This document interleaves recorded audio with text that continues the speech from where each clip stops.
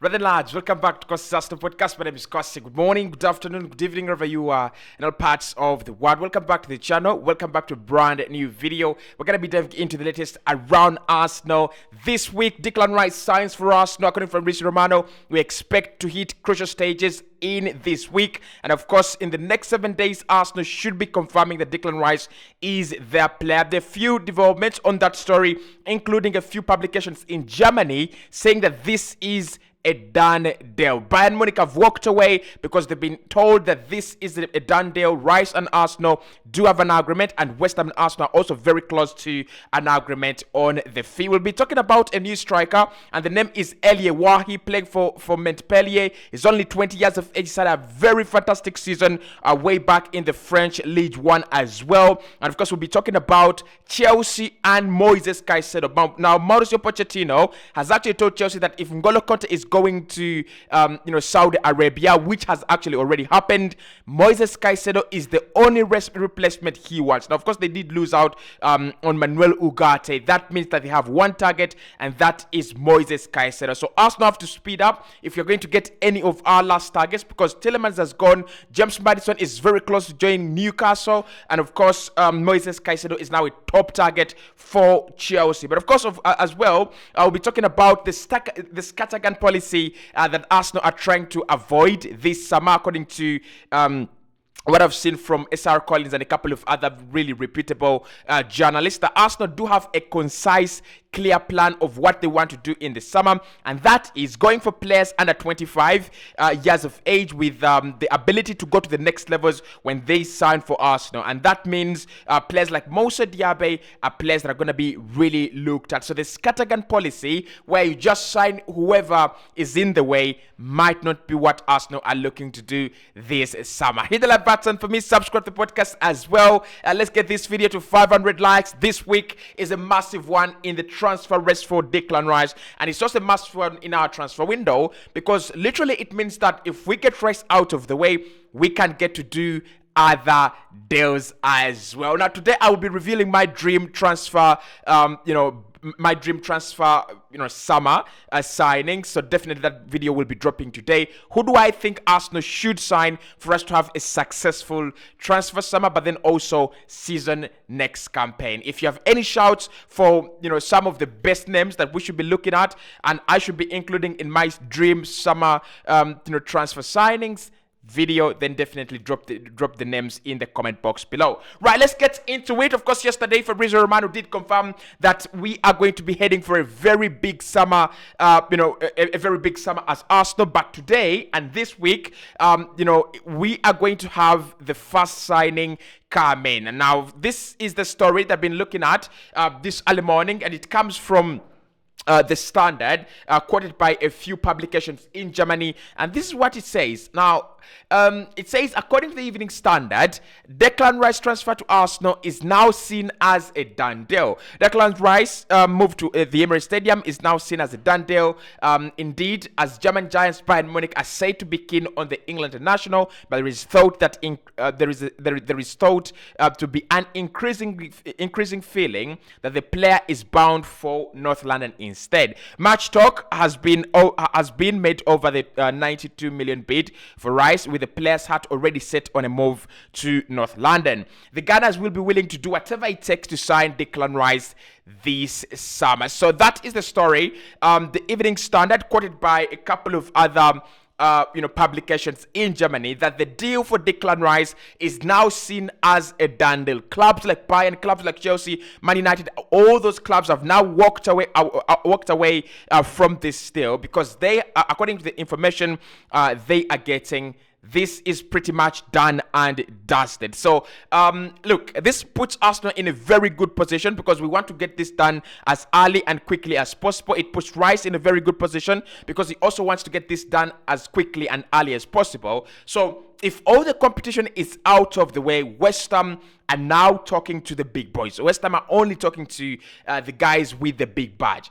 And I think it's a win-win situation right now. It's really, really a win-win situation.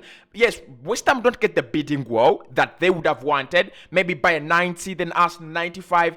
Maybe they don't get the bidding war. Yes, they don't get the bidding war. But there is a lot to the situation that they will benefit from. Number one, in my opinion, you do not get a bidding war, but you get 90 million pounds without flexing, without fighting over a long period of time with negotiations. That's a win, in my opinion, for West Ham. And still, they can also do their business early. Imagine if Arsenal are going to pay this 90 million pounds in 2 installments. That means that we could have around 50 million pounds up front, or maybe 40 million pounds up front. 40 million pounds, they could get 10 million pounds on that and deposit in the bank of Ajax, get Edson Alvarez, and they could also get maybe 15 million pounds up front and deposit for for Southampton, and sign, maybe James Ward-Prowse or even Romeo Lavia. And actually, for me, the good thing and the best advice I would give to West Ham: get 20 million pounds up front, get Romeo Lavia and James Ward-Prowse out of there, and then you can negotiate deals that can be, paid across 5-6 years, right? So it's a win-win situation. But for Arsenal fans, this is a big win for us, because Declan Rice is one of those targets, very, very similar to Mikhail Modric, very similar to Karim Benzema when we wanted him, very, very similar to Wayne Rooney when we wanted him from Manchester United. Although I still feel that was more like a hoax. It was never going to happen, right? But it feels like one of those deals where Arsenal inject a lot of time, inject a lot of focus, inject a lot of, groundwork. And I don't want it to fail. Now, many of those have actually failed, and that's why I don't want this to fail. Now, in the past 2 years, we've had a very good track record of, getting deals done. You look at the Alexander Zinchenko deal, you look at the Odegaard deal, you look at the Gabriel Jesus deal. We've done well, to be honest, as compared to the last half a decade or decade where Arsenal literally could not sign a player. Like, we just couldn't. Benzema, no. Cristiano, no. Hazard, no. All these signings that could have been, right, never ended up at Arsenal. The likes of Zlatan Ibrahimovic, all those players never ended up at Arsenal. But with Rice, I still have a feeling this will happen. I still have a feeling that this week might be absolutely crucial, like Fabrizio Romano has reported. Now, still talking about this deal, Rice has been in constant communication with the West Ham hierarchy and with Mikel Arteta as well. The talks are being held between 3 parties: Rice, West Ham, and Arsenal. Mikel Arteta is also in conversation with the transfer hierarchy, and it is believed that he's also influencing and pulling the strings on this deal. Like, look, pretty much I expected that he would. Pretty much I expected that he was always going to be in the talks to try to get Declan Rice over to the Emirates Stadium. He likes him. He appreciates him.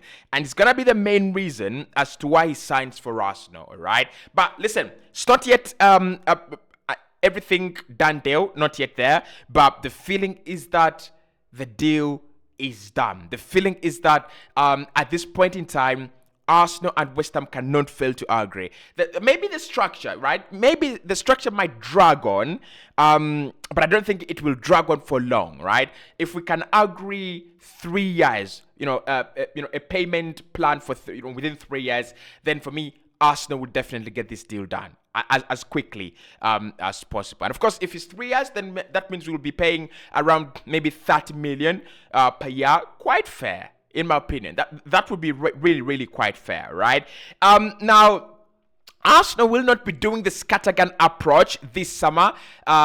We have been warned. Now, according to Brian Taylor, he says, right now, I'm not really sure they have the financial muscle to pull off both Rice and Moises Caicedo. But at the same time, I don't think we expect Arsenal to be shopping in a market where they're looking at players that will also interest a lot of clubs. He says an example would be someone like Moussa Diaby, who is clearly highly rated. Newcastle and PSG also interested. He ticks that under 25 box and is a player that can reach new levels at Arsenal. He says that's what you expect to see, but I don't expect to see Arsenal go for the scattergun approach recruitment. And he says it's going to be concise, and I believe Arsenal already have a clear shortlist of their targets this summer. That's according to Ryan Taylor talking to Give Me Sport, which is and the Football Terrace. It says he's not quite sure if Arsenal have the resources. I think it's not a question whether Arsenal have the resources. Kaya Kainak did tell us yesterday that they have the resources since January. The plan has been laid since January. Player sales will be, of course, be very, very crucial when it comes to signing Moises Caicedo as a second signing. But the resources are already on the table. And of course, we're going to be talking about Moises Caicedo and the transfer agency actually that will be needed in this deal. But what I'm happy with here is we are still on plan. And one of the things that had actually scared me is at the beginning of the transfer window, we actually we were talking about Gundogan, who's 32 years of age, and we are losing Xhaka, who is a little bit younger.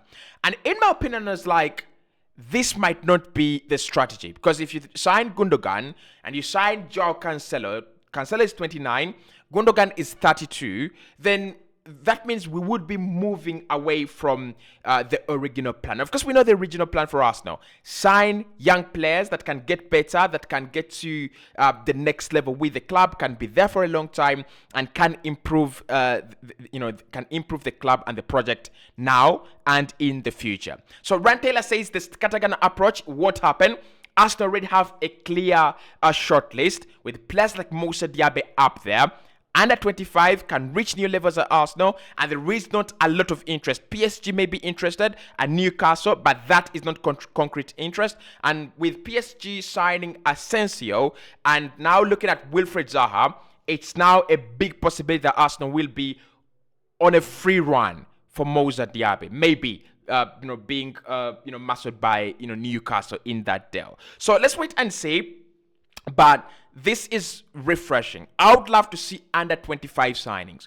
I would love to see players 24, 25, right? Maybe 26 as well. 26 is not a bad age because you can still give a player 7 years at 26 and they will definitely deliver at the top level, right? And at 26, 25, a player is at their prime. 24, they're entering their prime. 25, 26, 27, 28, that's their prime. And these days, players do tend to have that, bit of longevity in their careers. You find a guy, 33, 34, 35, he's still playing at the top level, right? So I think that's also very, very positive. But what is not positive is that Chelsea's Mauricio Pochettino has told whatever and whoever is going to sign players for him that Moises Caicedo is the only player he wants to sign as a replacement for N'Golo Kante. Now, of course, Kante has gone to Saudi Arabia, 100 million euros per year. That is generational wealth. That is money beyond what you can think of.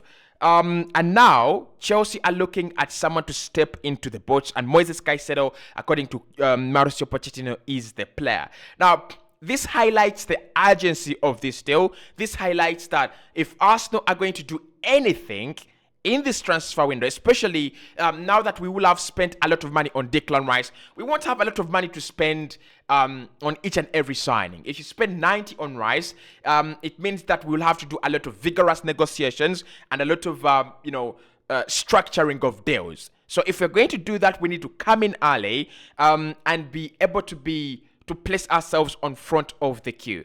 With Moises Caicedo, I know his heart is set on Arsenal, and I know he would love to play in the UEFA Champions League. But like I said, it's one where Chelsea have an advantage. It's one where Chelsea can easily go, listen, we are giving you huge amounts of money here, and we are willing to pay Brighton maybe 50 or 60 million plus Levy Colwill. And I think that places them ahead, and that places them in a more likely position to sign Moises Caicedo than Arsenal. Now, the problem I have is that we are looking at the Declan Rice deal as the only deal that has to get done before all these other deals get done. That's a little bit disastrous because, listen, no one knows if Arsenal really never wanted to sign Yuri Tillemans. No one knows. But now the fact that he's gone, because we've not signed Rice, we can't sign any other player, it's ridiculous. So we either get Rice out of the way, or we will be losing Moises Caicedo to Chelsea.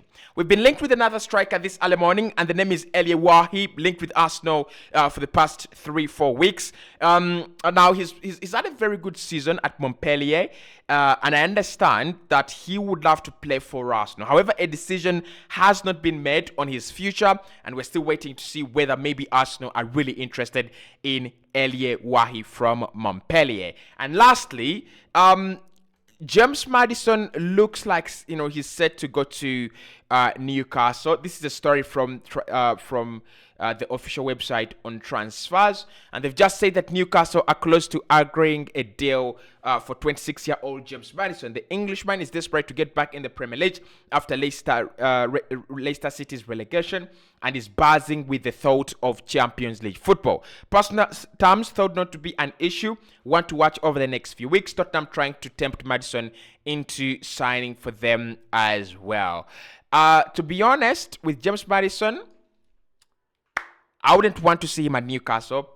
I would rather see him at Tottenham Hotspur. I'm sorry, Spurs is a big rival for Arsenal, but you don't want to see James Maddison with Bruno Guimaraes and Moises Caicedo probably, or anyone, or Sofian Amrabat, right? So for me, Maddison would rather go to Tottenham, because Tottenham could lose Harry Kane, and if they lose Harry Kane, they definitely will struggle to replace him with a quality striker for 1 or 2, 3 years, and that would just give us time for James Maddison to turn 29, and his career will be definitely over. So let him go to Spurs and the money, because I doubt Arsenal will sign him in time. I doubt Arsenal will be on time or in time to sign him. I don't think he's a priority. I think Rice is the priority, Caicedo next priority, Cancelo at right back, a centre back, and a forward. And then maybe we could think about James Maddison as an alternative signing. So if Arsenal don't sign him, Tottenham might be the destination, should be the destination. We can't strengthen, we really can't strengthen Newcastle like that. You can't allow them to have Szoboszlai, Maddison, Guimaraes, and then you give them maybe potentially Sofian Amrabat.